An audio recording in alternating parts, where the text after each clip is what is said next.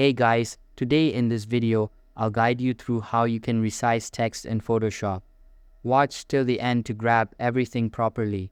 Alright, so let's begin with the video.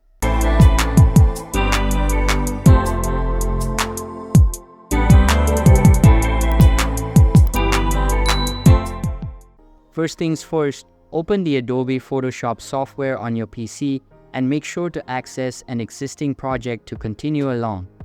Once you are on the editing canvas, select the text tool from the left side menu and click and drag it onto the canvas. Now, type in some text and click on the tick icon at the top.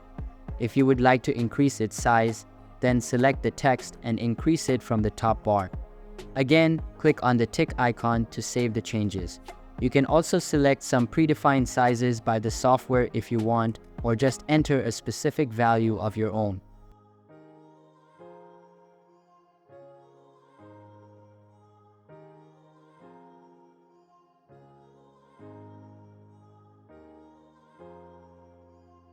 Other than that, you can also resize the text by pressing the Ctrl+T keys on your keyboard and dragging these handles.